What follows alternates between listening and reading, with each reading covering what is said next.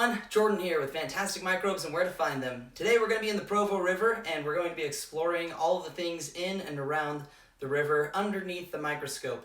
Now I'm going to bring my microscope with me as well as my table and setup, and we're just going to take a look at a few samples and just kind of see what we can find. We probably won't be classifying anything pretty to the T. I might point out a couple of things as we see them, but for the most part I kind of just wanted to give a little beginner's video just to kind of show you guys what I do and how this all works. So I'm just going to kind of show you a day in the life, and yeah, enjoy the ride. This is going to be fun.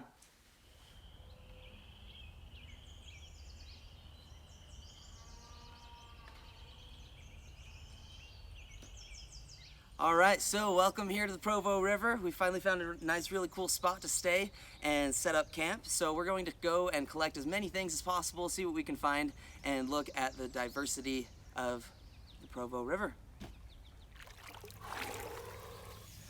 Oh my gosh, okay, pro tip, don't do this when the water is cold.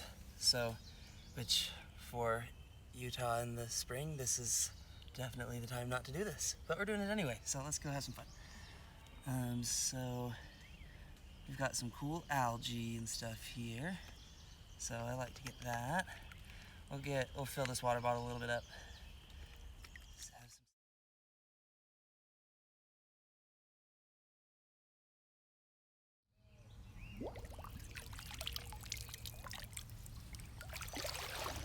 Alright, so here's just a small sample of the stuff that we gathered.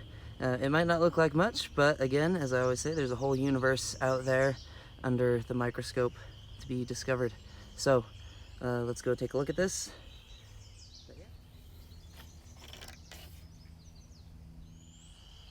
Alright, so this is our first look at our stuff. Let's go ahead and zoom, see if we can look at those weird things over to the left. Oh, those guys look fun. So this is about on 40 times magnification, our lowest magnification that we have.